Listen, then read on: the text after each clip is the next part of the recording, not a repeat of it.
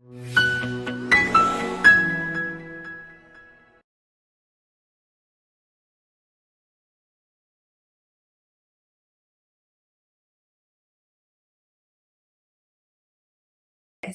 what I want to know now is what sort of challenges do we think, and again, I'd love the audience to ask me or tell me in the chat function, what sort of challenges are employers facing with trying to get that engagement going between financial education and well-being? Let's go. Jane, what do you think some of the challenges are for employers? So I think that I mentioned there being trust, but I think when it comes to finances, people are perhaps quite reserved and quite private about their money. And I think that there's kind of this misconception that if employers offer financial well-being, they're going to find out about how much money you've got in the bank or how much money you haven't got in the bank, or whatever's going on with your finances. But that actually couldn't be further from the truth. So I think there was that I think employers also thought, is this somewhere where actually we need to be involved or should be involved? Is an employee's finances really an employer issue? And I think they absolutely are. The link that Finwell and others have made between finances and mental health is absolutely the right one. And if you do have employees who are worried about money, they're not going to be productive. They're going to be potentially motivated by the wrong drivers. And it's just, we talk about in HR world, we talk about, people bringing their whole self to work. And actually, if you're going to bring your whole self to work, that's your worries, your personality, a large part of your life outside work, and all of those other bits and pieces as well. And I think it's quite a natural home for it now within a wellbeing package. I think as wellbeing has become more established, I think it becomes more of a natural home. And I think as well, coming back to that last point, I was many years ago, I was with an employer where someone had opted out of pension. This was before pension auto enrolment. And they didn't realise until, unfortunately, they died, that by opting out of pension, they'd opted out of life assurance as well, because quite often life assurance was tied to pension. Yeah. And it was a terribly tragic situation to have to explain to someone's family that that was the case. So financial well-being is absolutely in there on the engagement side.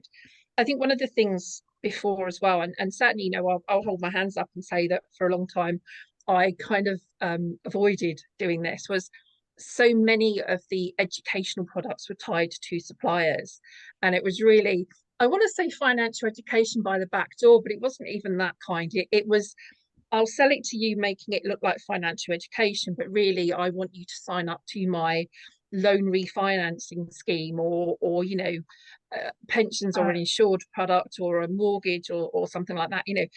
Let's not forget the very first employee discount platforms which were out there, and I'm talking kind of 20 years ago, were tied to the famous one, P&MM, was actually a travel company that wanted people to buy its cruises. They were kind of surreptitiously getting people to do things. And I think as an employer, it's very hard to kind of nail your colours to a mast, knowing that there's a product behind it, because then you kind of tacitly become responsible for endorsing that product. And that's not what you want.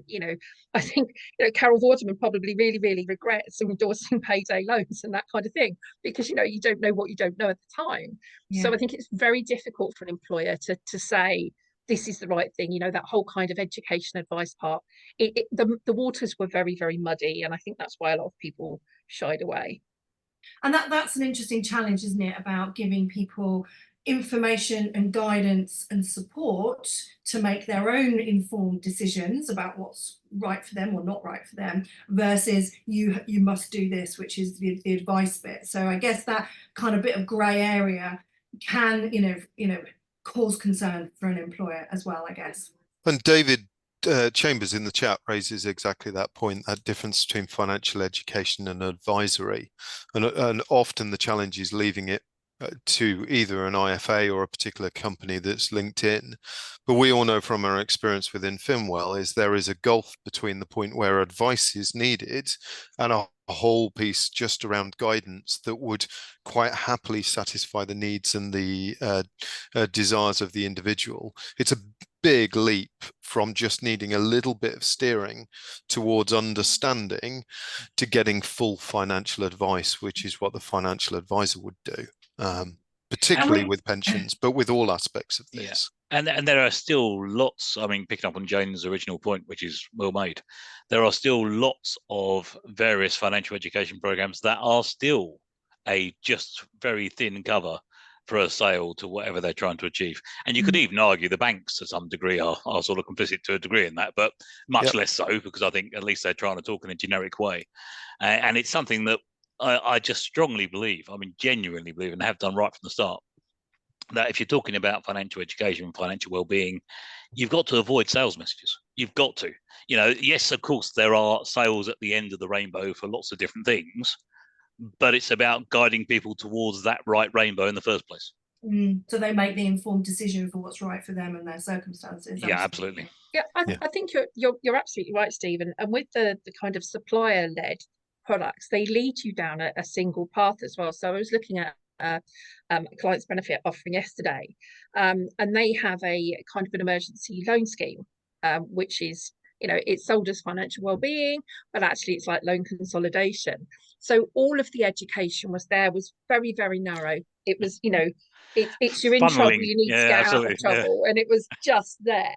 And actually that's not what financial education is about. I think, one of the things that employers need to understand is that whilst as an employer, as an HR department, we often see we do see the debt, the problem, I'm getting divorced, I don't know what to do side of things.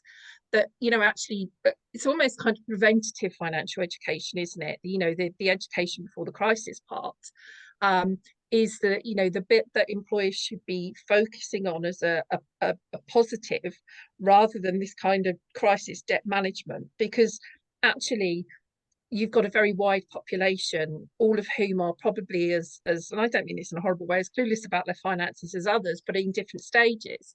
And not everyone is going to be in that crisis part. And I think that if you look at it more holistically, you can really see the benefit of doing it, rather than, this firefighting, the debt crisis management bit. But yeah, it really annoys me when I see financial well-being, and when you kind of barely scratch the surface, it's actually just a product placement. It's disingenuous, it's not right. Well, we see that around things like wage advances, which, don't get me wrong, they have their part to play, but actually if someone is approaching you and month after month after month requesting early access to wages, there's a bigger problem. There's something underlying that around budgeting and spending, and it's that the product itself isn't necessarily going to fix the behavior, is where I was coming in. So yeah, okay, really good points. Thank you, everyone.